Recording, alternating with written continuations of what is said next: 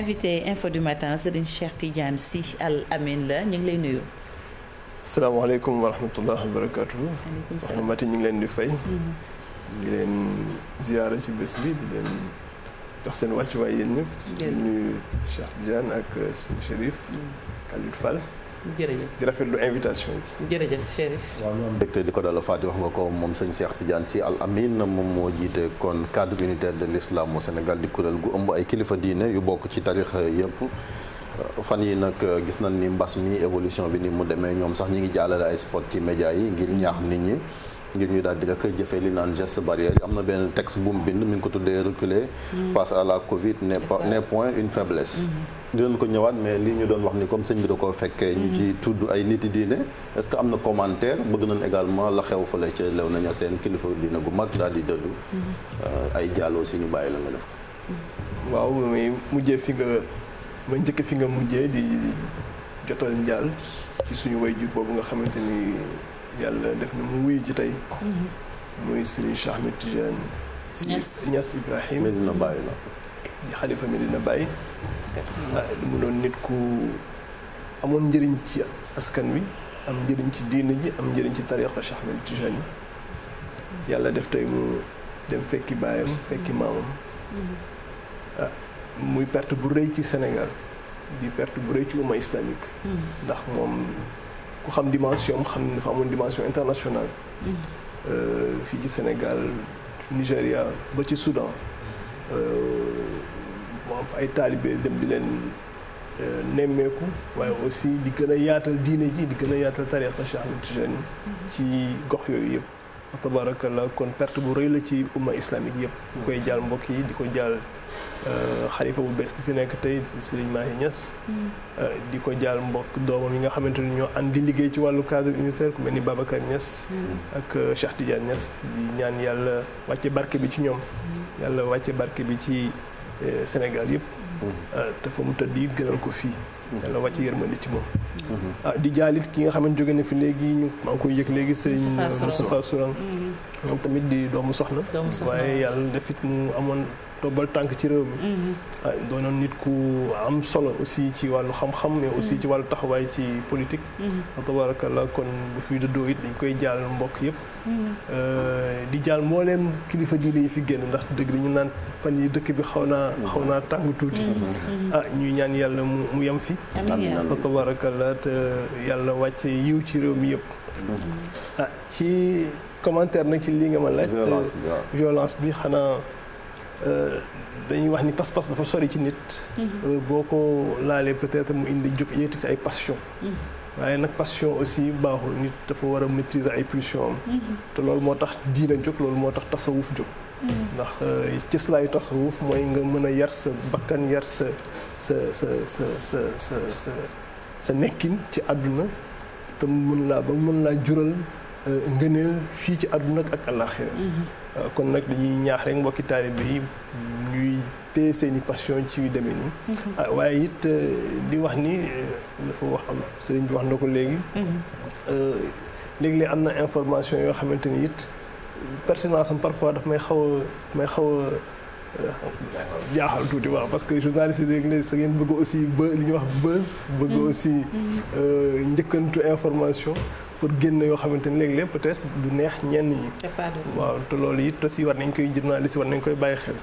waaye lu ñu ci mënti doon rek ñuy acte bu ñuy regretter la ndax violence moom kenn mënu ko cautionné man du ma ko cautionné diine du ko cautionné. dañuy ñaan taalibe yi ñu dalaat. Serigne Cheikh Ahmed Tidiane Sy ci xam-xam day wax ni. léeg-léeg taalibe yi dugal na ci loo xam ne dañuy fon ni mun na macc mango ni mu neexee.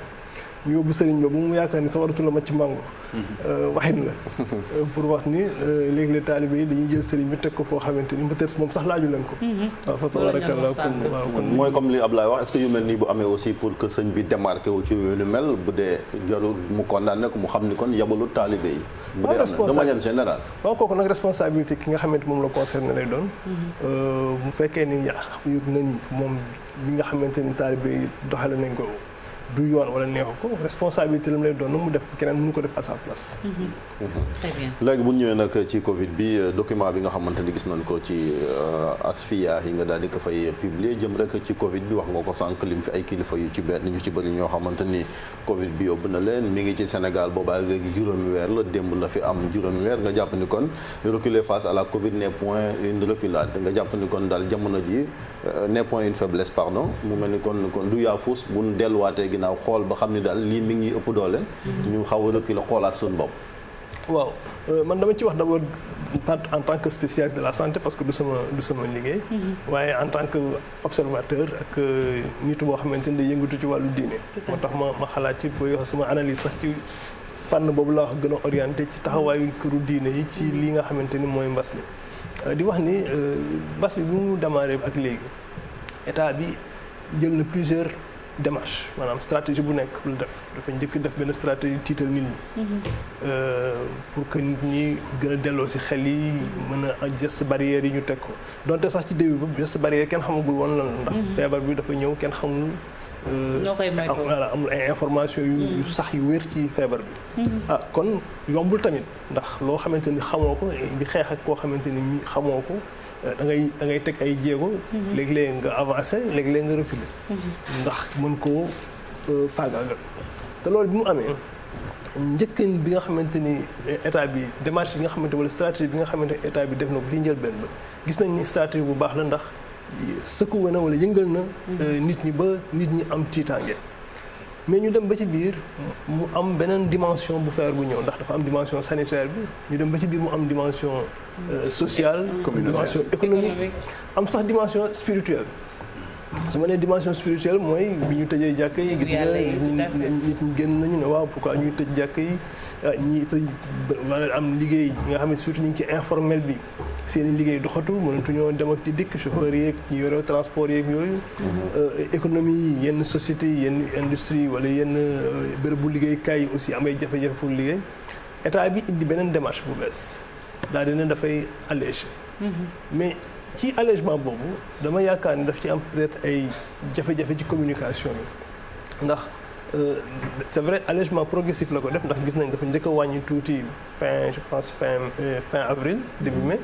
ñu demaat ba état d'urgence voilà ñu dem ba fin juin mu lever totalement état d'urgence mu mel ni dafa libérer énergie en tout cas booy xool population yi noonu lañ ko jàngatee. ñun lu jiitu loolu ci wàllu diine yi këru diine yi ci wàllu cadre unitaire de l'islam dem nañ waxtaan ak ministère de la santé mu recevoir ñu ne ko kat ñun dañuy proposer suñu ay services. ngir mën leen a jàppale ci communication bi. waxtaan ba amoon na solo ndax moom déglu nañ bu baax. mais ci opérationnalité bi ci waroon a tegu yaakaar naa am na tuuti lu ci. amul mujjantal ñun ñoo mujj jël suñu parce que ñu sax dañoo amoon nañ ay moyens pour jàppale ko ci. ñun ñoo mujj jël suñu ay moyens bopp daal di dem ci télé yi dem ci rajo yi defar ay sport yi fi jaar yëpp dañ koo fay du loo xamante ni. dañ ñu ko fay donc ñu ñoo jël suñu ay moyens bopp defar suñu ay sport pour ñaaxaat Sénégalais yi ne leen kat. donte état bi wax nañu dund ak virus bi waaye waxuñu ñu bàyyi dund virus bi mu dund suñu biir yaram. dund ak virus bi mooy fexe ba virus bi la mu waroon a indi ci faagaagal ci wàllu économie lu mu waroon indi ci wàllu social lu mu waroon indi ci wàllu santé ñu fexe ba mu bañ ñoo dal. loolu nag moo indi ay jafe-jafe. ci réew mi ba gis nañu weer bi ñu génn. vraiment relâchement total moo am. moo tax man bi ma ci amee jàngat. xalif général di Tidiane mi ngi koy wax fan yii yëpp ci gannaaw yéen a ngi koy dégg fu mu jëlee kàddu rek yëkkati na lu mel noonu daal di ne nañ nit ñi jëlaat seen responsabilité. te bu ñu nee responsabilité nekkul responsabilité wu état kese. nit ki nga xamante ni dafa yore biir këram ménage ci biir këram. am na fa responsabilité. ki nga xam ne dafa yore entreprise wala atelier am na responsabilité entreprise wala atelier bi ki am responsabilité en tant que kilifa diine communauté bu mu nekk ci kanamam dafa am responsabilité. mais ci xalif général de Tidiane boobu ñu taxaw ci parce que wax nga ko moom fu mu dem bi mooy ñaari yoon am na lu am solo lu muy wax phrase. moo na ni wax dëgg nit ñi ci état bi. waaw mën na am ak moom dañuy am ñoom information yoo xamante ne peut-être ñun amuñu ko te ñoom mënuñu ko peut-être wax ki nga xamante moo ko war a wax mooy état bi. mais ñëpp xam nañ tey jii du ma ni ñi fi jógee ñëpp feebar moo leen yóbbu ci mag ñi waaye am na loo xamante ne mën nañu wax ni mag ñi fiy jógee ñu ci bari am na ñu ci ëpp feebar bi moo leen yóbba. il est reconnu aussi que feebar bi mag lay gën a sonal que ndaw yi. donc ndaw ñi d'abord ñoo war a protéger seen i mag ñoo war a protéger seen i wayjur. ndax mag dafa am solo ci réew maa ngi koy bind ci wax man leen naan Amadou Hampâté mu wax mu ne au Sénégal un vieillard qui meurt est une bibliothèque qui brûle. te ñun dañu nekk société boo xam ne société tradition orale la lu ci ëpp transmission bi ci wàllu kàllaama lay demee. donc loolu yëpp ay. itam ak ba ci yore kër gi da ngay gis ku nekk retraité sax finalement mooy ko ne di yore kër yi ci donc ñun dañu am responsabilité boobu en tant que jeune mais aussi ci suñu biir kër yi suñu biir atelier yi suñu biir entreprise ku ci nekk am nga responsabilité ngir gën a mën a am taxawaay ci wàllu yaa wax nga ko mag ñi ñoom ñooy régulateurs sociaux yi mag ñi ñoom ñooy sookul bi nga xam ne ni ko waxee ñoo tëye mbaar mi suñu demee rek day metti ci ñun mais sëñ bi sànq da nga junj loo xam ne moom la ñëpp di jooy muy relâchement bàyyi la ko gi c'est pratiquement général foo dem ci Sénégal da ngay gis ne gars yi ni ñu doon xeexee mbas mi yor seen gel hydroalcoolique di sol seen ay masque bañ a nuyoo dandante bi bu ñàkkee ba ñàkk nga dóor ko conco léegi dañuy joxe loxo dañuy tekki masque yi dañuy sax dajaloo donc foofu ban taxawaay yéen moom ngeen fi war a am pour lu mel noonu askan wi nag xoolaat seen bopp. waaw foofu laay waxee nag moo tax ma ni yonent dafa ni kullukum raa'in wa kullukum mas'uulun an ra'iyyatihi moom la yonent wax ci xadis. nit ku nekk yaay sàmm nga te da nga war a rendre compte ci ñi nga xam ne moom la ñu sàmmloo ñun tey en tant que nitu diine. ku ci nekk war ngaa mën a delluwaat ci sa bopp. état tamit war naa mën a xoolaat bopp ndax dañu ne woon ay bilan d'étape. dañ doon def weer wu nañu taxaw def bilan d'étape xool ndax stratégie bi ñu defoon antu na wala antuwul. tey war nañu defaat bilan d'étape xool ndax stratégie bi ñu defoon ci arrêté état d'urgence bi passé. baax na wala baax boo demee tey Europe yenn pays européens dañoo déconfiné woon dem ba ci biir gis nañ kat yenn zones yi baax ñu delloo waat reconfiné waat yenn zones yi état je pense que war na mën a toogaat du reculade li ma wax ni reculade n'est pas une faiblesse du xeex la ak jàngoro xeex la ak virus dañuy xool léeg-léeg nga def un pas en avant da ngay dellu fa nga jóge woon un pas en avant un pas en arrière bu ko defee di nga xam parce que état moom moo mën a définir stratégie de communication moom moo mën a définir stratégie bi nga xamante moom la war a xeexee mbas mi bu ko defee yeneen leaders yi nga xamante ñoo nekk ci société bi yeneen nit ñi nga xamante ñoo ko ci mën a jàppale mën ko ci accompagner ñun tey les religieux wax nañ ci mais aussi il faut que les religieux de tout bord nag lay wax parce que ñun cadre bi ñëpp lañ fi nekk ku nekk jël sa responsabilité ñi nga xamante ni jëloon nañ seen responsabilité ba tijji seen ay jàkk war nañoo ñëw saytuwaat si jàkk yooyu ndax nañ ko anam bañ koy yoree baax na wala baaxul su fekkee daf ci am jàkk yoo xam ne nañ koy yoree baaxul ñu war a mën a delluwaay wala war état mën a jël ay sanctions ci sanction c'est trop dur kenn du ñëw di mais sanction may wax mooy delluwaat ci jàkk ji kat ne leen seen jàkk ji bàyyi tijji woon ngeen ko mesure barrière yi nga xamante ne moom lañ ngeen édicté woon defuñu ko na mu waree kon war nañu mën a delluwaat ci gannaaw même chose aussi ci yenn ñi nga xam ne dañuy dox ci mbedd muy bañ a sol masque ñu teg ay daan bu fekkee dañu war a teg benn règlement bu bees ku tegul solul masque ñu def la ay amende ndax Sénégal moom poche am la lay bañ ko laal mais boo laalee poche am di nga mën a am li nga bëgg ci moom fa tabarakallah kon loolu tamit day nekk benn yoon boo xamante ne bu ko état bi jaaree am ay sanction mais aussi mu bañ a nekk loo xamante ne sanction boo xamante ne kuñ ci jàpp Cheikh Tidiane daal di woo commissaire bi wala comment dirais-je gendarme bi ne ko na nga ko baal donc tey dañu war a am une prise de responsabilité au niveau individuel ku ci nekk war nga dellu si waat sa bopp mais aussi au niveau collectif ñi nga xam ne yàlla daf leen dénk ay mbooloo ñu mën a wax ak mbooloo yooyu ngir mën a delloo si xel yi. sëriñ bi état bi mbaa bu demee ci jàkka yi exemple la rek mbaa du tooñ parce que moom ci boppam li mu yor. fàttalikul ubbi gare routière yi ni ñu ko doon ubbee ministre des transports tournée bi mu def pour wane ni dañuy def manifeste. registre bu ñuy téye kuy dugg dinañu xool nit ñi sorente loolu yëpp xam nga dafa mel ni wonni na te état loolu la yoral boppam. kon bu demee ci ñeneen.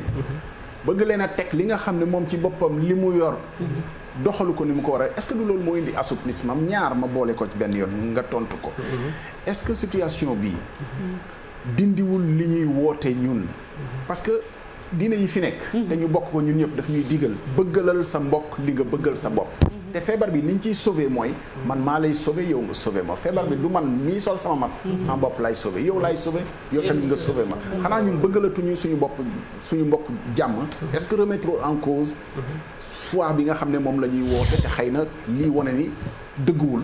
waaw la dara wala dara loolu la wax am na loo xamante ni bu lore te bu lor sa morom loolu la ñuy digle ci wàllu feebar bi waaye am na loo xamante ni état responsabilité la ci njëlbeen bi état bëggu woon jël sax décision ci wàllu jëm ci wàllu jàkk yi dafa bàyyi kilifa diini ku ci nekk nga jël sa responsabilité mais responsabilité état la aussi bu fekkee ni acte bi nga xamante ni nitu diini ko daf koy posé wala keneen posé ko muy poser problème société bi responsabilité état la mu ñëw dellu siwaat ngir ñu rétablir les choses léegi nag du nekk ay indi ay policiers parce que ñun boo xoolee bi ñu njëkkee gis waxtaan ak le ministre de l'intérieur loolu ñaawlu woon nañ ko mu amoon ay jàkk yoo xamante ni dañ fay dem yóbbu fa ay policiers ñu téye imam bi di ko yóbbu yooyu xam nga dafa xaw a ñagas tuuti li ñu ñaanoon mooy bu amee koo xamante ni dafay waroo ak li nga xamante ni mesure état d'urgence bi ñu woo ko ci rox waxtaan ak moom ndax aussi ay responsable ay kilifa diine lañu ñu waxtaan ak moom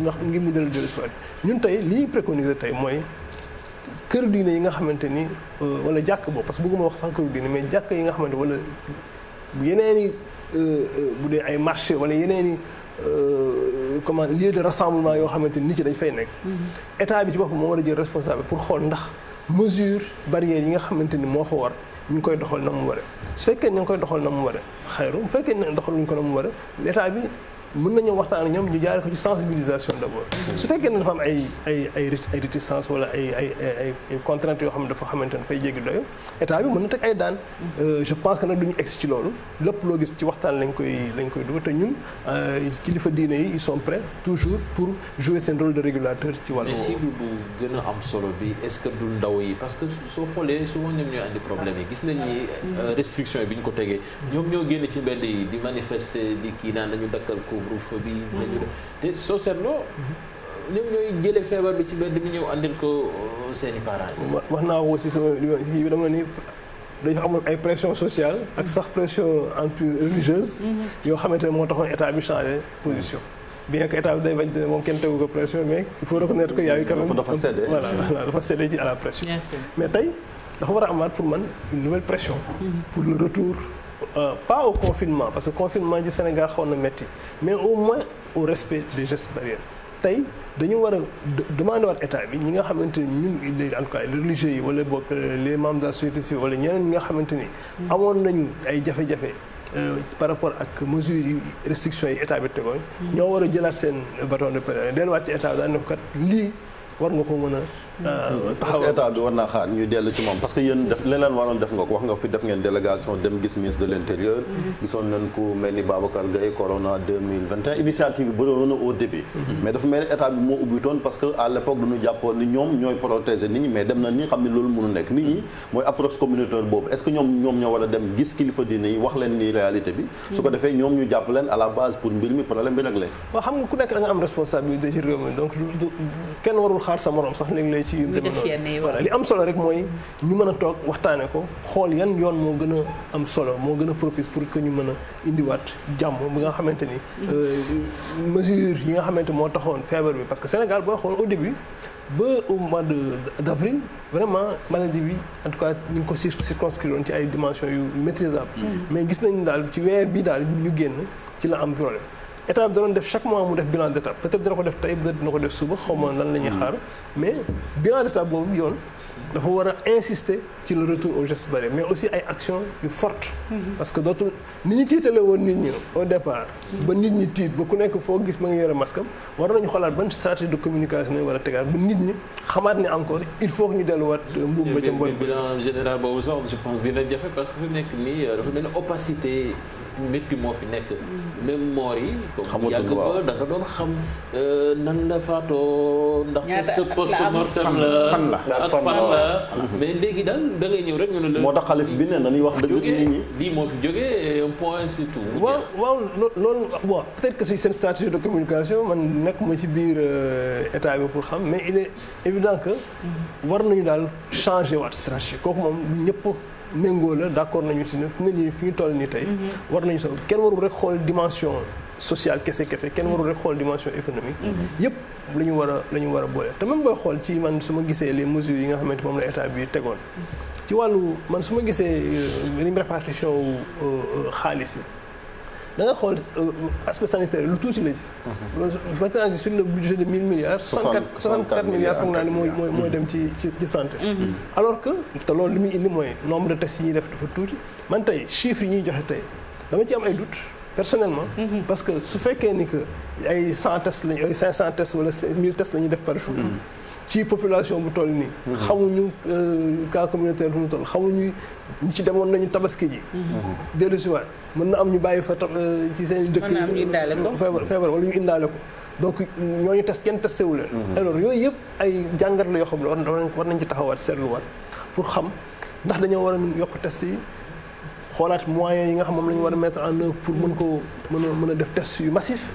donte Europe sax pays yu bari amuñu woon moyen def test yu massif mais au moins ñu xool fi nga xam ne dafa am ay clusters ay zones yi nga xam ne dafa bari ay cas. ñu gën a yokk test yi ci zone yi. contact yi sax newul ñëpp la ñuy testé. contact yi sax dañuy ciblé. il faut nga am symptôme. yooyu yëpp aussi ay jafe-jafe la xam nga boo gisee glissement bi début bi boo gisoon ku am feebar wala ñu ne la feebar bi la am gis nga ko dañu doon stigmaté di daw nit ñi. dëgg la de. boo daan dajee ku am feebar wala ku ko amoon sax ba wér da ngay changer trottoir. tey dem nañu ba nañu non boo ko amee grave mën nga toog sa kër c'est-à-dire mën nga nekk ak say bopp. glissement boobu aussi tax na ba day indi jeexi jaaxa ci xelu nit ñi am na ñoo xam ne seen xel dafa xaw a kii tuuti. dañ naan est-ce que kon la ñu doon wax yëpp dëgg la. ñaareel bi. sëriñ bi war ngeen waar nit ñi quand même ci xëy na nit ñi yëpp ñoo yem ci dee.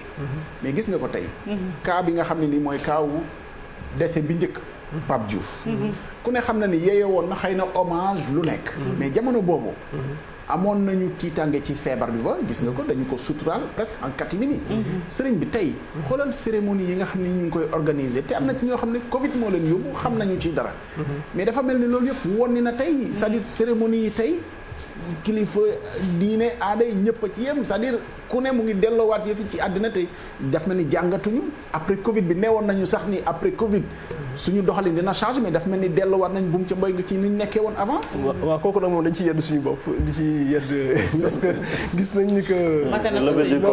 même xalifa bi sax keroog ñu ngi toog ci benn dëj wax na ko daan na même lii ñu toogi nii sax waruñu ko woon defee. loolu dañ ci yedd suñu bopp mais xam nga Sénégal aussi comme li ñu wax rek feebar dafa am dimension sociale boo xamante ne léeg-léeg doo ko mën a occulter mais wax dëgg yàlla ñu ngi ci yedd suñu bopp. ci tabaski gi génn ci xutba yi quand même mais imam yi ñu ci bëri seen sermon yi justement ci loolu lañ ko accès mais tabaski moom une fois la par année est-ce que mënuñoo dem au-delà loolu nag yéen ñi nga xam ne yéen yëngatu ci wàllu diine ji lañ koy wax. waaw loolu tamit ñun sax boo gisee cadre bi li mu waxoon mooy lépp loo xamante ni ay xutba la ay sermon la. ci bi ñu ubbee jàkk yi ñu ubbee jumaa yi ñu ne nañu accès. ci mbas mi lépp ci mbas mi loolu moo doon sax moo door bi nga xamante moom lañ joxoon ba am na sax ay boo gisee Ligue des oulémas des imams et oulémas ñoom si defoon nañ sax benn communiqué nekk lépp loo xamante ne ay sermon la nañ ko accès ci loolu. ñun je pense que loolu booy xool tamit en tout cas ci kër yu mag yi moom ni ma déglu. ñu fi bari seeni sermon ci wàll boobu lañ ko teg mais dafa am loo xamante ni du sermon kese moo koy def. gis nga dafa am lu ñuy wax changement de paradigme parfois il faut que mu am c'est-à-dire bu ñu nekkee ci benn. jamono wala benn modèle bu bees bu bees da nga war a changer façon bi nga nit ñi war a sinon da ngay téye sa micro di nga wax ba sonn nit ci duñ la déglu.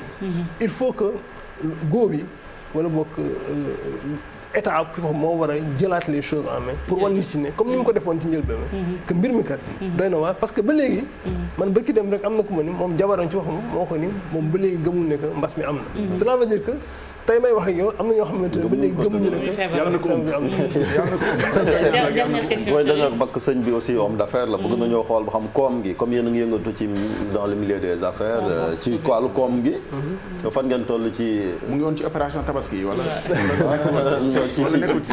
ci secteur privé bi donc fonds force Covid bi ñu jagleel entreprise. waaw yéen a ngi commencé waat noyyi dama ciy profité di jaale suñu mag Mansour Kama nga xamante ni ci patronat bi la bokk kenes la bokk donte ñu CNP lañu waaye ñëpp benn lañu.